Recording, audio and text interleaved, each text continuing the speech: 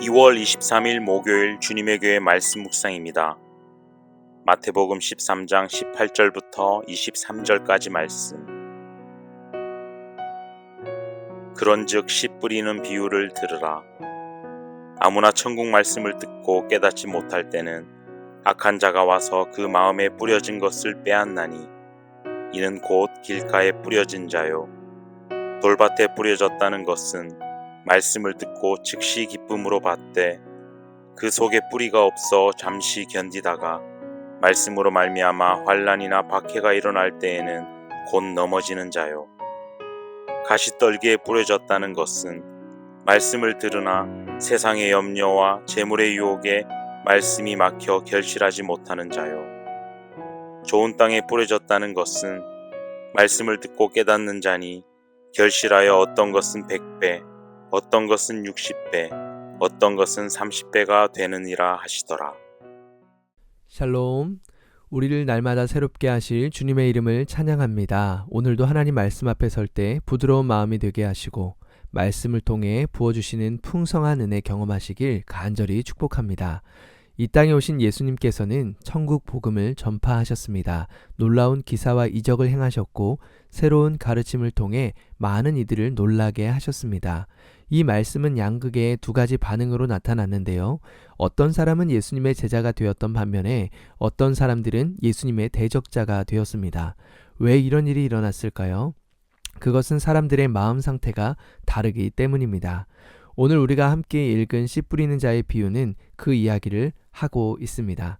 그런데 왜 예수님께서는 비유를 통해 우리에게 말씀하시는 것일까? 우리 13장 11절 12절은 이렇게 말씀합니다. 대답하여 이르시되 천국의 비밀을 아는 것이 너희에게는 허락되었으나 그들에게는 아니 되었나니 무릇 있는 자는 받아 넉넉하게 되되 없는 자는 그 있는 것도 빼앗기리라. 예수님의 동일한 기적, 같은 말씀을 들었음에도 불구하고 어떤 이에게는 허락되고 어떤 이에게는 허락되지 않았다고 말씀합니다. 허락되었다, 말씀을 들었다라는 것은 우리의 힘으로 되는 것이 아니죠. 오히려 하나님으로부터 주어지는 은혜입니다. 말씀 앞에 반응하는 것 자체가 하나님의 선물이고 은혜라는 것입니다. 이것이 천국의 중요한 비밀이죠. 그 천국은 내 힘과 노력이 아니라 은혜로 허락된 줄 믿습니다.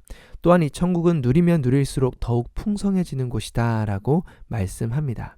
삶이 평탄하고 기도가 응답되어 천국을 누리는 것이 아니라 말씀을 통해 주어지는 참된 평안을 매일의 삶에 풍성히 누리고 있는 것이죠. 그리고 이어서 우리가 너무나 잘 아는 씨 뿌리는 비유로 말씀하시고 그 의미를 우리에게 설명해 주십니다. 씨를 뿌린다는 것은 하나님의 말씀, 천국 복음을 전파하는 것을 말합니다. 그 복음이 각 사람에게 전달될 때 사람의 마음에 일어나는 변화와 역사가 무엇인지 보여주는 것이죠. 성령으로 임하는 천국에 어떤 역사와 변화가 있는지 말씀하는 거예요. 말씀을 듣고 마음에 깨달았다면 바로 변화가 일어나는가? 그렇지 않을 수 있습니다. 결실에 이르는 과정은 한 번에 되지 않죠. 그러나 반드시 변화가 일어난다라는 거예요. 거룩한 변화가 삶 전체의 곳곳에 미치게 되어서 어떠한 상황을 초월하는 천국을 날마다 경험하는 우리의 고백이 되는 것입니다. 내 주 예수 모신 곳이 그 어디나 하늘나라다. 그 어디서나 하늘나라를 경험하게 하는 힘이 있는 것이죠. 하나님 나라를 경험한다는 것은 하나님의 말씀이 내 삶 가운데 실현되는 것입니다. 말씀하신 하나님 앞에 순종함으로 하늘의 기쁨을 누리는 것이죠. 하나님 말씀의 능력이 있기 때문에 좌우의 날선 검으로 우리를 통과하여 삶을 뒤흔들어 버립니다. 그렇게 예배를 드릴 때 그분을 높이고 그분의 말씀 앞에 반응할 때 우리의 삶의 변화가 더욱더 풍성한 열매로 다가오는 것이죠. 그러나 그 변화는 아무런 저항 없이 일어나는 것이 아닙니다. 끝없는 저항과 방해 요소들이 있음을 씨가 떨어지는 장소를 통해서 비유를 통해서 말씀하시는 거예요. 말씀이 내 삶에 온전히 실현되는가? 방해받고 있는 요소가 무엇인가? 한번 돌아보기를 원합니다. 먼저는 길가에 떨어졌다라는 것이죠. 굳은 마음으로 인해서 싹을 틔우지 못하는 것을 말합니다. 하나님을 오해하고 그분 앞에 온전하게 나아가지 못해서 말씀을 들어도 반응하지 못하는 경우가 있어요. 때로는 위기가 찾아올 때 말씀을 듣기는 들어도 마음에 와닿지가 않죠. 이것은 굉장히 위급한 상황입니다.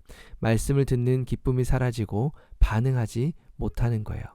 반드시 필요한 것이 무엇일까요? 우리의 마음의 밭을, 땅을 기경하는 것입니다. 새롭게 변화가 되어서 굳은 마음이 부드러운 마음이 되도록 노력하는 것이죠. 두 번째는 돌밭에 떨어진 것입니다. 땅에 싹을 틔운 것 같지만 온전하게 뿌리 내리지는 못한 것입니다. 충분한 양분과 생수를 공급받지 못한 그러한 모습을 보여주는 거예요. 물을 주지 않으면 식물이 말라버리는 것처럼 온전히 뿌리 내리지 못하게 만든다. 세 번째는 가시떨기에 떨어졌다라는 거예요. 세상에 염려와 재리의 유혹이 있다라고 말씀하죠. 식물이 성장할 기운을 막아서 결국 질식하게 만들어 버립니다. 방에서 끊임없이 찌르고 고통을 주어서 그 유혹에 넘어지게 만드는 것입니다. 반복되는 죄들의 습관, 그 갈등들이 우리 안에 있는 것을 보죠. 때로는 어쩔 줄 몰라 하는 모습이 있어요. 어떻게 극복해야 하는지 몰라서 힘들어하기도 합니다. 그러한 갈등의 모습이 어쩌면 가시떨기에 떨어졌다라는 그러한 상황과 유사한 것이죠. 마지막으로 옥토에 떨어졌다라는 것은 무엇입니까? 30배, 60배, 100배의 열매를 맺는다는 것을 보여줍니다. 그렇다면 처음부터 옥토에 떨어지는 것일까요? 우리의 신앙의 성장을 가만히 보면 그렇게 되지는 않는 것입니다. 그런 땅은 존재하지 않죠. 우리의 마음의 밭은 어쩌면 가장 부패하고 죄악된 본성이 가득한 우리의 모습입니다. 그런데 하나님께서 우리 가운데 성령을 부어주시고 마음을 변화시키셔서 부드러운 마음으로 새롭게 하신 거예요. 그리고 우리에게 말씀하십니다. 끊임없이 이 싸움을 싸워야 한다. 하나님의 말씀이 우리의 삶에 온전한 열매를 맺기 위해서는 끊임없이 우리의 마음밭을 기경하고 하늘의 은혜를 공급받아야 합니다. 우리를 넘어뜨리려는 수많은 유혹을 이길 성령의 능력이 필요한 것이죠. 하나님은 우리의 삶이 풍성한 열매 맺는 삶이 되기를 소망하십니다. 오늘도 그 은혜에 부어주실 하나님 앞에 우리가 굳은 마음이라면 새롭게 하시고 다시금 하늘의 은혜를 공급해 달라고 성령의 충만한 능력을 부어달라고 기도하시며 하루를 시작하시기를 간절히 축복합니다. 함께 기도하겠습니다.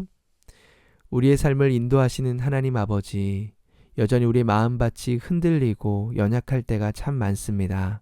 우리에게 은혜 부어주셔서 하나님의 말씀이 선포되어질 때 부드러운 마음이 되게 하시고 하늘의 공급을 통해서 우리의 영혼이 날로 새롭게 되어질 수 있도록 은혜를 베풀어 주시옵소서.